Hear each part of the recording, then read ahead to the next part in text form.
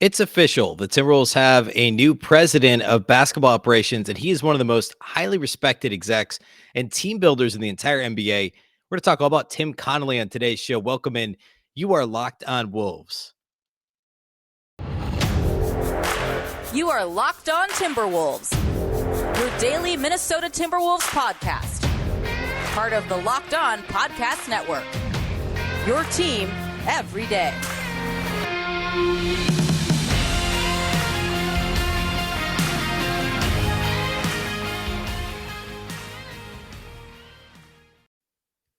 Hello and welcome to the Locked On Wolves podcast, part of the Locked On Podcast Network, your team every day. My name is Beecken. I'm the host of Locked On Wolves. Happy Tuesday, everybody. A very special edition of Locked On Wolves today as the Wolves have a new front office boss. First of all, thank you for making Locked On Wolves your first listen every day. Locked On Wolves is free and available everywhere, including YouTube, as well as Apple, Google, Spotify, Odyssey. Anywhere you listen to podcasts, you can find this show. You can also follow on Twitter at Locked On T Wolves and at Beecken with two B's, two E's, CKEN. All right, so massive day in terms of really in Timberwolves history, as the Wolves have hired a brand new president of basketball operations, Tim Connelly, away from the Denver Nuggets. Of course, this news has been out there now for nearly a week, really going back to last Wednesday is when the name was first reported as somebody in talks with the Timberwolves. And then, of course, serious talks we learned on Friday, Saturday. Friday's show, we talked extensively about it, and then also Monday's show. And then it was reported first by Shams Charania and John Krasinski at The Athletic. Of course, John, the local reporter, Shams, one of the national reporters for the NBA at The Athletic, reporting it, as well as Adrian Wojnarowski from ESPN. And it came out midday Monday that Connelly had agreed to terms with the Timberwolves. He was in Minnesota, apparently at Glenn Taylor's house in Mankato on Saturday with his wife. There are two young kids, along with some other Timberwolves front office execs, Ethan Casson, Ryan Tankey, the COO and CEO of the team, or I guess I flipped that. Tankey's the COO and Casson, the CEO of the Timberwolves, were there apparently for around 4 hours on Saturday at Glenn Taylor's house in Mankato, and then took the rest of the weekend to make the decision. On Monday, Connelly decided to come back to Minnesota per lots of reports that are out there. I think Wojnarowski said, as well as Sharania and Krasinski, that the Denver Nuggets countered with an offer to try and keep Connelly in Denver, but it was nowhere near what the Timberwolves offered. The actual contract is 5 years and $40 million, as well as an ownership stake, which is the key part of this. We'll get into that here in just a minute. Initially, it was thought to be about double what he was getting paid in Denver. So, I mean, even if Denver came up, I have no idea, obviously, but say they came up 25% or came up 50% of his current salary, that would still mean he'd be 50% short of what his new salary would be, plus the ownership stake, which it sounds like there's some factors that will influence how much that is as he goes through his contract. But 5 years and $40 million is incredible security for an executive in today's NBA. Of course, Tom Thibodeau got $8 million a year, which is, or between 7 and 8 million, which is what this is, right? It comes out to $8 million a year to be the to be the president of basketball operations and head coach of the Timberwolves, going back now several years. This is to be the president of basketball operations, the same title he's had in Denver, plus the ownership stake for Tim Connelly. And obviously, it took a lot to pry him away from Denver. I talked on Monday's show about how Mark Stein, the ESPN reporter on his Substack, or excuse me, former ESPN reporter, currently on his own Substack site, was saying the thought around the league was it'd be really hard to get Connelly out of Minnesota. Went back and listened to Zach Lowe's podcast, the Low Post podcast at ESPN from Friday, and he closed his show by talking about how, it would take a lot to get Connelly away from Denver, right? Like, obviously Minnesota's after him. It's clear as a Mark Lowry, Alex Rodriguez, new ownership group, trying to put their stamp on the organization very quickly. But how are you going to get this guy to Denver, where he's won, as I talked about Monday, 40 plus games, 6 straight years, conference finals a couple of years ago, back-to-back seasons with the MVP, Jamal Murray coming back from injury, Michael Porter Jr. coming back from injury. There's a core there to be very competitive. And now you're leaving for a division rival. Now you get twice the money plus the ownership stake, and you get Anthony Edwards, who is he ever going to win back-to-back MVPs? I don't know. But there's more years ahead for Anthony Edwards. Obviously more from this point forward, the ceiling is, the sky is legitimately the limit for Anthony Edwards. And obviously Jokic is incredible. One of the best 2 or 3 players in the league, back-to-back MVPs, dragged a bruised and battered Nuggets team to when they win 48 games this season, in a disappointing first round loss. But like he was leaving a great situation that he built basically. Obviously inherited a decent roster and some decent assets. We'll go through the list of moves he's made here in a minute. But leaving a great situation for another attractive one. But obviously it took this Godfather type offer to get him away from the Denver Nuggets. The ownership stake, I should note, this was noted by Adrian Wojnarowski at ESPN as what he called multiple places in his story on Twitter, on air on ESPN. Wojnarowski called the ownership stake, quote, life-changing money. That's the direct quote from Woj that he used multiple times. He said, in his words, very few executives league-wide have ownership stake in their respective teams. And of course, we know the Wolves were just sold for, what was it, $1.45 billion or something like that. Um, I mean, ownership stake in any one of these teams is going to be worth quite a bit moving forward. And that for a guy with, a young family and the opportunity to build another team, not from the ground up, because this obviously was a playoff team this year, but to put his mark very quickly on a team that already has some good assets. I mean, the life-changing money on top of all of it. And frankly, Denver and Minneapolis aren't too dissimilar in terms of markets or even as cities. You know, it seems to be a really perfect match. And of course, across the board, all the sentiment about Connelly, and I talked about this at the end of the show yesterday, or middle of the show, I guess, on Monday, is everybody loves him. The players to a person. We'll talk about this a little bit later.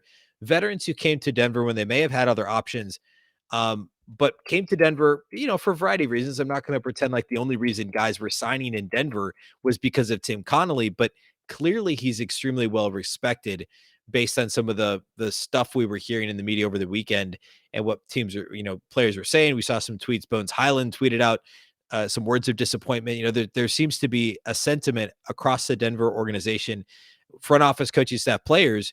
Everyone's really sad to see this guy go. And that's obviously a great sign for the Timberwolves that this really was a culture changer in terms of his personality. And as we know, that's what Mark Lori is after, is people first, to kind of shape his philosophy, shape the philosophy of the organization. And especially after what was clearly a rocky end to the Gerson Rosas tenure, which is maybe a very light way of saying that.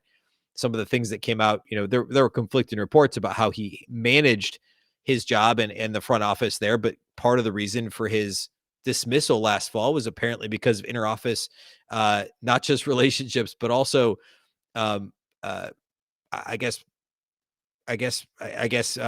person to person, the toxic environment, the way that certain conflict was handled, and maybe the lack of resolution in conflict, some of those type of things.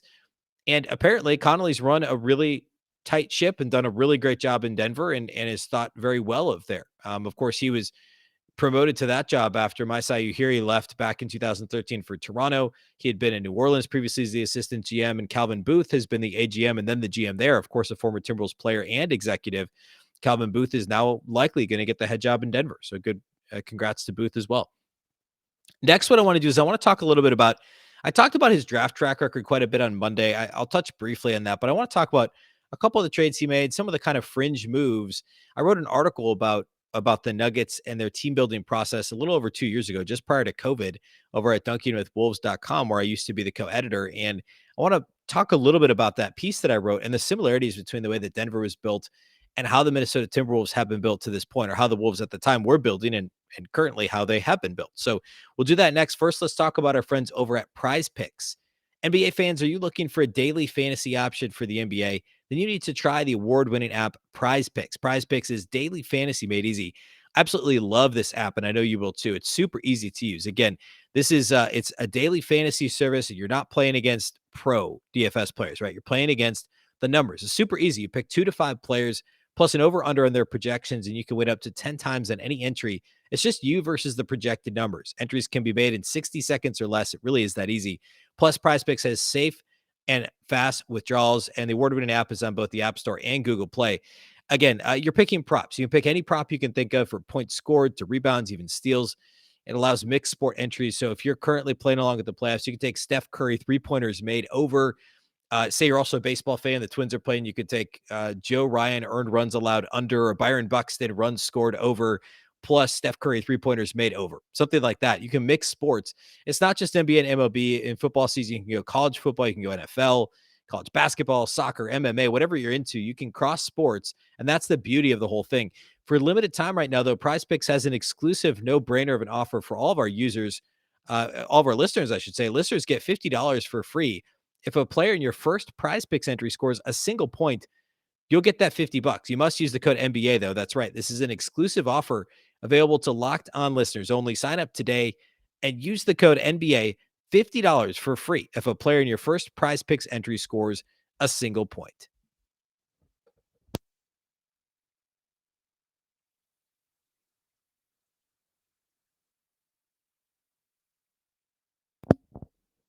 Thank you again for making Locked On Wolves your first listen every day. Now make sure to go check out the Locked On NBA Big Board Show. Host Rafael Barlow from NBA Draft Junkies and author of the NBA Big Board newsletter is joined by Richard Stayman, Sam Ferris, and Leif Thulin, giving fans an in-depth look into the NBA draft, mock draft, player rankings, and of course, big boards. It's free and available wherever you get podcasts. Of course, the Wolves have pick number 19, as well as 3 second rounders.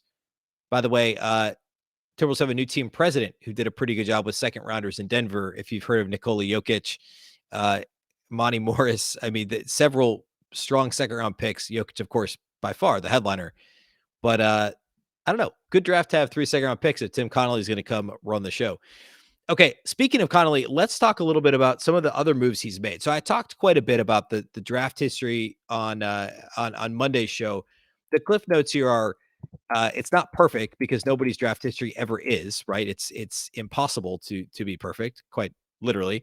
But there's some really, really impressive selections over the course of the draft ledger over the last 10 years for Tim Connelly in Denver. Jokic being the headliner as the second round pick, 2014, I guess it would have been. Obviously that's the big one. I mentioned Monty Morris as a second rounder. More recently, Bones Highland, of course, this year as a rookie, late first round pick. Zeke Naji, the Minnesota native, the year before, late first round pick. Michael Porter Jr. was, of course, going to be a top 2-3 pick in the draft, if not one overall, before the injuries. He still took him 14 and 8 in 2018. Gave him the early extension this year. Of course, the injuries came, cropped up this year, and he missed the vast majority of the season. But a gutsy pick and a high ceiling player that was already deemed worthy of that max extension. So if he can stay on the court, that could be 3 really strong picks in a row. Obviously the Donovan Mitchell trade, the Emmanuel Mudiay pick, those are the ones that are a little iffy. But the year he drafted Jokic, he traded Doug McDermott on draft night for Yusuf Nurkic and Gary Harris. Both players were significant contributors for Denver as they turned around the kind of the trajectory of their franchise. Nurkic was used in a trade later, as was Gary Harris more recently. So a really strong draft history overall for Tim Connelly. And the second rounders, again, Monty Morris and also trading for Jared Vanderbilt, by the way. Vando was a second round pick with a different team. I forget who it was, Charlotte or Detroit or somebody. And was traded on draft night to Denver. And Vanderbilt obviously is now a starter for a playoff team. The Wolves traded for him along with Malik Beasley, Juancho Hernangomez, who were both, by the way, also draft picks in the same draft as Jamal Murray, 2016, with the Nuggets and Tim Connelly. Some of the other things I wanted to point out, though, besides the draft, were some of the moves that he made as they reshaped the roster that maybe fell under the radar a little bit. He inherited a roster that had some veterans on it. George Karl had recently left. Brian Shaw had been the coach for about a year and a half there in Denver. The roster had a lot of veteran pieces that over the course of time, Tim Connelly just kind of started trading them off and acquiring draft picks. And all these picks, that year he had 3 first rounders to take Jamal Murray, to take Malik Beasley, to take Juancho Hernangomez. And then in that same draft, he also had 2 second rounders. The following year, he had the Donovan Mitchell was drafted and traded, but he drafted Monty Morris in the second round, as well as Vlatko Kankar, who's been an NBA player as well. So he accrued all of those picks through some of these savvy trades. I mean, he traded Randy Foye and got a couple of picks for trading old friend Randy Foye. I think he actually signed Foye as a free agent and then ended up trading him. Ty Lawson, same thing. Obviously had some legal troubles, some issues towards the end of his career in Denver, but he traded him for plus assets to the Houston Rockets and got draft picks back for him. Those weren't the only moves like that he made. He essentially just kind of, as he reshaped the roster, just kind of picked off veterans and said like, hey, I can, get a couple of picks for this guy. I can get a couple of second rounders here, second rounder here, second rounder there. Randy Foye, he got DJ Augustine, Steve Novak, and a pair of second rounders from the Oklahoma City Thunder back in 2016. That was a positive trade. Um, Similar story with, Joffrey Laverne was a second round pick, I believe. Maybe it was an international signing that they had signed to a modest deal, traded him to the Thunder for 2 second rounders in 2016. So that's 4 second rounders he acquired just there from Oklahoma City. He traded Nurkic and a pick for Plumlee and a pick in cash the following season. Really just kind of several trades. It really the only ones that were bad for him. The Donovan Mitchell one obviously being significant, although we could have a whole other podcast about if Donovan Mitchell had not been traded from Denver, what does Denver look like versus Utah? What's going to happen with Donovan Mitchell now? There's more question marks now with Mitchell than there were 2 years ago, of course. But he got Trey Lyles and Tyler Lydon back. Doesn't look great. Obviously, Donovan Mitchell is far better than both of those guys. He traded Emmanuel Mudiay away and got a couple of picks and Devin Harris.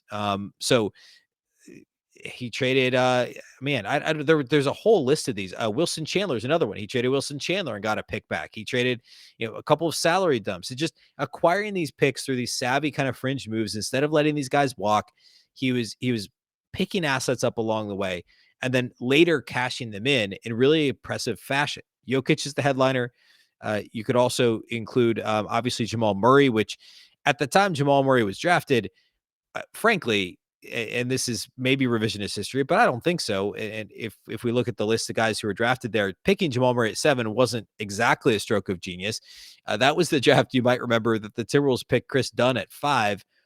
Ben Simmons went 1, Brandon Ingram 2, Jaylen Brown 3, Dragon Bender 4. It was kind of a no-brainer, top maybe 2 or 3. When Bender went 4 to Phoenix, which, by the way, how incredible it is that Phoenix missed that pick so badly and is still where they are now. Well, I guess maybe not now, but where they have been the last 2 seasons overall.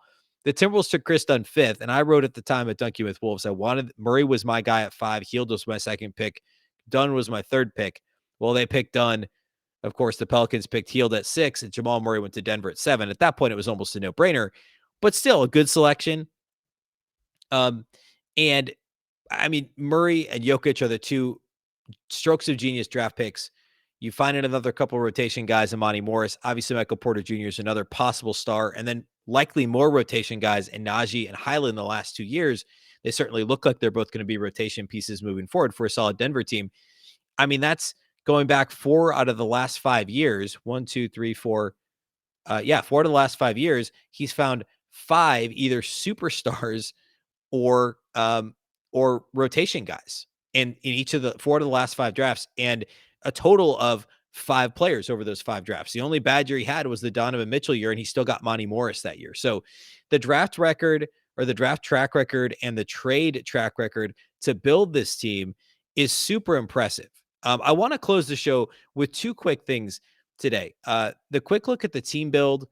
Well, actually, yeah, the team build, and then also some of the veterans that have joined the Denver Nuggets over the last couple of years. There's been some chatter out there about the effect and the impact that Connelly's had on some veteran guys choosing to play in Denver because of his reputation, the reputation of obviously Michael Malone and the coaching staff as well. So I want to close with that and kind of bring this thing a little bit more full circle. First of all, let's talk about our friends over at Rock Auto. This episode is brought to you by Rock Auto. With the ever-increasing numbers of makes and models, it's now impossible for your local chain auto parts store to stock all the parts you need.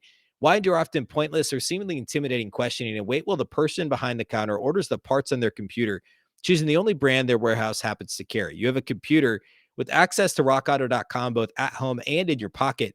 Save time and money when using Rock Auto. Why spend 30, 50, even 100% more for the same parts from a chain store or car dealership? Rock Auto is a family business serving do-it-yourselfers for over 20 years. Their prices are reliably low for every customer, and they have everything you could possibly need, from brake parts to tail lamps, motor oil to even new carpet. Go explore their easy-to-use website today to find the solution to your auto part needs. Go to rockauto.com right now. See all the parts available for your car or truck. Right, locked on in their "How did you hear about us" box, so they know that we sent you. Amazing selection, reliably low prices, all the parts your car will ever need. rockauto.com.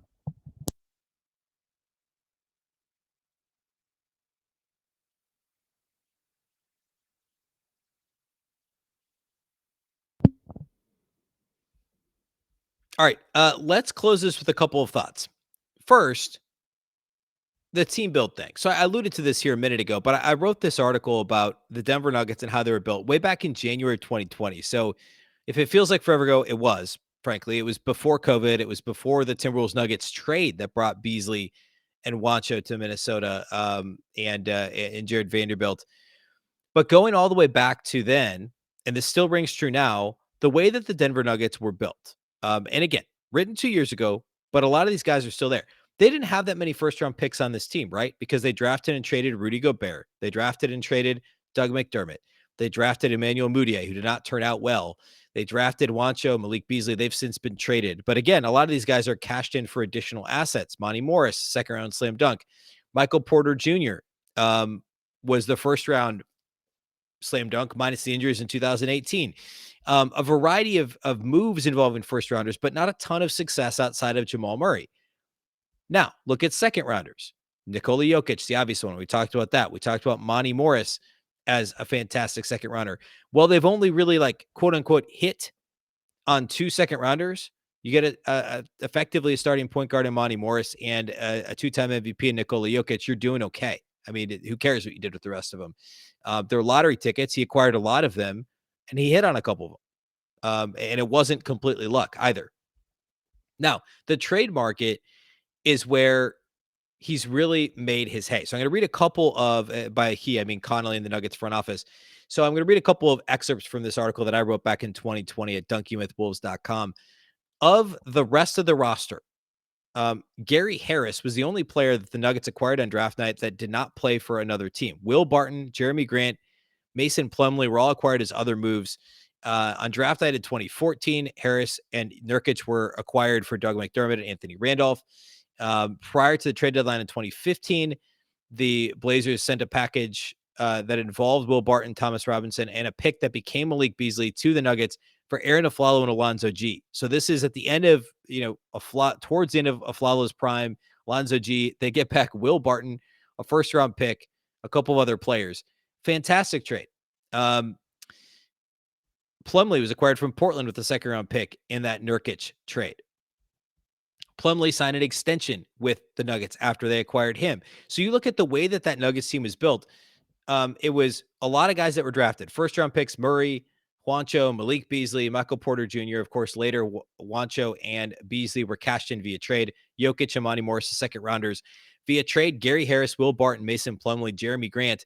The only guys they signed in free agency, Paul Millsap and Torrey Craig, who was an undrafted free agent. So only one named free agent, and this is at the time, a 35-year-old, 36-year-old Paul Millsap, who signed a 2-year deal that offseason back in 2018, I think it was 2017, maybe, that Millsap signed with the Nuggets in free agency. So past his prime, Millsap was the only only regular unrestricted free agent, Torrey Craig being an undrafted free agent with the Nuggets. And this is a team that later that year, when I wrote this article, later that season went to the conference finals in the bubble, and then obviously would have had a much better season the following year, was it not for injuries. And same thing could be said about this season. So the way that team was built is precisely how the Timberwolves are going to try and build a team, which is not through free agency.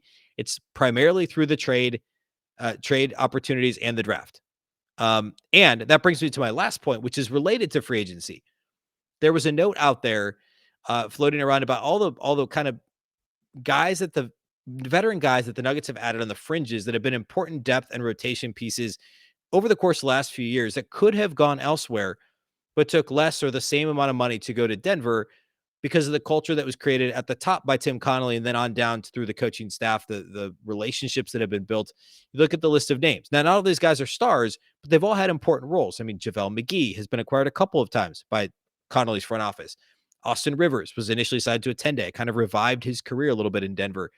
Jeff Green, who I've never been the biggest fan of. He's played on like a dozen teams, but had an impact in Denver. DeMarcus Cousins is maybe the most obvious recent example. Paul Millsap, going back to the first contract he signed, he came back to Denver because he liked playing in Denver. This is all a credit to Tim Connelly, the front office and the coaching staff that he put together, the trust that these veteran players have in him, and the roles that they're going to get. It means they're not selling guys a bill of goods. They're not saying, yeah, sign here for the vet minimum and you'll get X amount of minutes. If guys are going to Denver, it's because Denver wants them and they're being straight up and straightforward and honest with guys with what their playing time is going to look like and so forth. So I think that matters quite a bit because again, I mean, Denver's a great city. It's a similar sized market to Minneapolis, to the Twin Cities, but there's a lot of similarities in that not a ton of free agents are banging down the door to go to Denver, just like is the case in Minnesota. So can the Timberwolves put together enough of the other things, right? Why would Tim Connelly leave Denver for Minnesota? Well, they paid him more, the ownership stake, the attractiveness of being part of a Lori Rodriguez-led front office ownership group, which they should be majority owners in the next 18 months or so, if all goes according to plan. So the chance to be part of something special and a unique twist on things rather than just a straight, hey, we'll offer you the max in free agency and guys will choose us over insert team here, right? And choose us over the Bulls or the Knicks. Nobody really chooses the Knicks, but the Heat or the Warriors or, even like the Blazers or other teams on the coast or teams with that maybe are a little bit sexier in terms of being a free agent destination. But if the Wolves can do all the other stuff right, if all things are equal, they're going to get some of these veteran guys to fill out the rotation that actually want to come to Minnesota. And everything we've heard, like Taurean Prince is an unrestricted free agent. He straight up said multiple times, he's recently was still in the Twin Cities. He may still be. Was going to Lynx games. These guys want to stay because of Chris Finch, because of the culture that's been created, because of the excitement of playing with Anthony Edwards and Karl-Anthony Towns and the ceiling of this team potentially moving forward. And Tim Connelly is going to add to that. He's going to add some legitimacy to all of that moving forward for the Timberwolves. This is a massive move for Minnesota.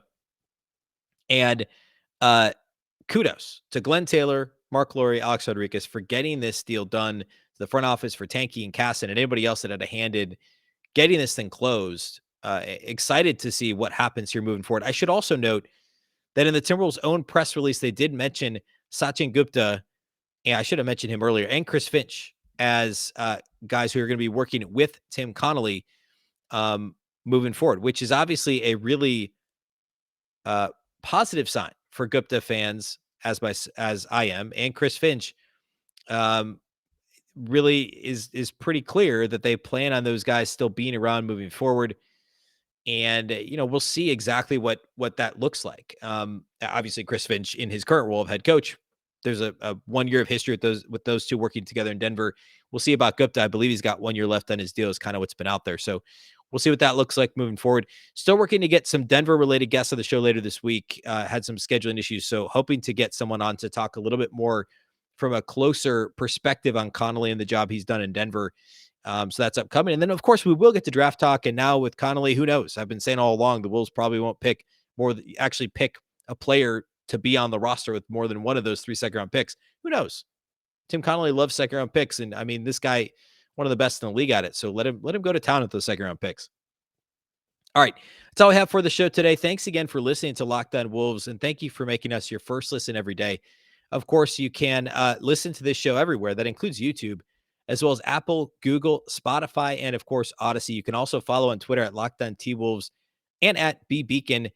And of course, Locked On Wolves is part of the Locked On Podcast Network. Remember, the Locked On Network is your local experts on all the biggest stories. And you can also make your second listen, Locked On NBA, from the first jump ball to play into the last possession of the finals. Locked On experts take you deep inside the playoffs with insight and analysis affecting all 30 teams. Once again, I'm Ben Beecken. This is the Locked On Wolves podcast, and we'll catch you next time.